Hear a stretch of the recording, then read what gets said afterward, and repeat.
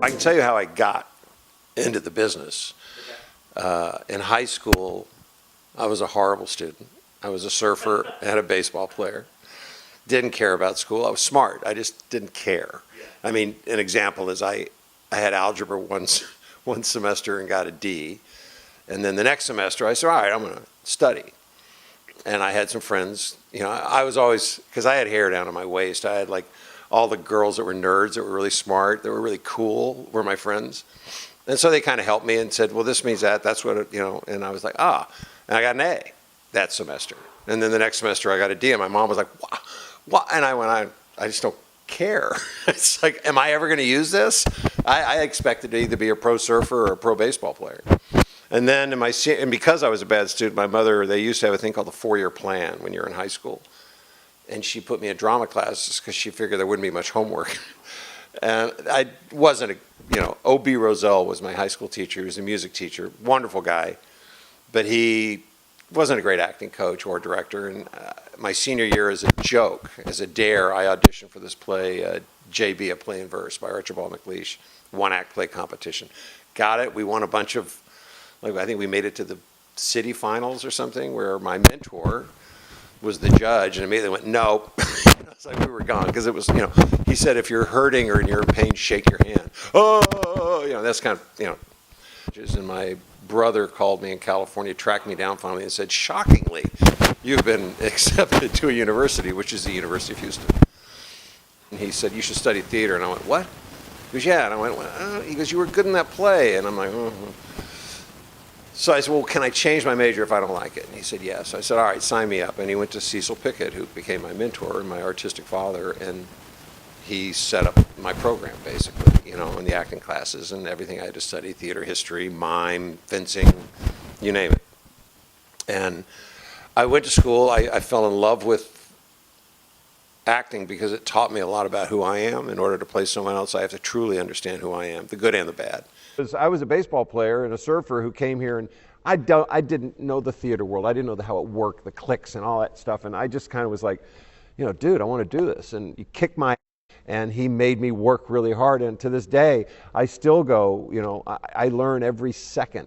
I never stop learning. And I learn when I work with a bad director or see a bad movie or I see a brilliant film. When I see bad actors making mistakes, when I see bad behavior on set, I learn from that. It's a constant process of doing that, but I work really hard. You know, I don't think I'm Brando or Sean Penn. I'm a really good actor, but I want to learn, and I work hard at it. And Cecil obviously had a great influence on all of us, probably the greatest influence in my life. But there were other teachers as well. But that's why everyone has a different personality. They have their own lives, their own history to bring to the work. So I think that's what makes it a little different for each of us. As a teacher, I've never met anyone who so profoundly changed my viewpoint on life, not just as an artist, but he taught me about myself. He made me examine myself. He also made me read more than I'd ever read in my life. I took almost every English course at this university because he made me. And I said, why do I have to do that, Mr. Pickett? And he said, because all of your work's going to come from literature. So that would help me. But he made me examine myself, who I was. He would make me do a scene as Brett. It's the first scene I ever did. He said, you're Brett. I don't want to know about how the character or any of that. I want you to play it as Brett. And then he made me do it again later as the character, so that there was a different, you know, you understood the serious, what the playwright's intent is and who you are, and made me examine all that.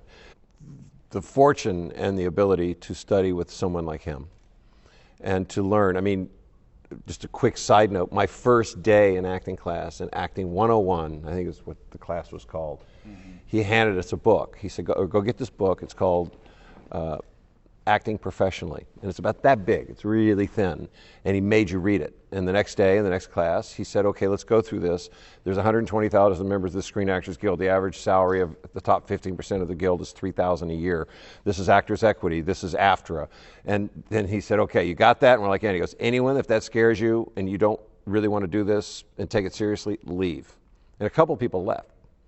So he gave us a realistic vision of what the world is that we were getting ready to walk into. But he prepared, I believe, anyone who studied with him, when you left the school, you had the tools to work with the worst directors, the best directors, mediocre directors, and directors that don't direct at all, so that you end up doing it yourself because you have the tools to do it. And to create character, and to create a true character that's honest and that comes to life. And that's what he gave us, and that's what allowed all of us to make a living. I considered being successful if I could pay my bills, if I could make a living as an actor. And I meant it earlier when I said I've been, and Dennis knows this and Robert very well, there have been times where I've had to maybe consider selling my house. Tough times, where you wonder, is this ending, or is it going to keep going? And I've never really given up faith in that, that I have the ability to make a living and to be a success. And I, fortunately, and it's happened just a couple of times where I've really had to question my faith in it.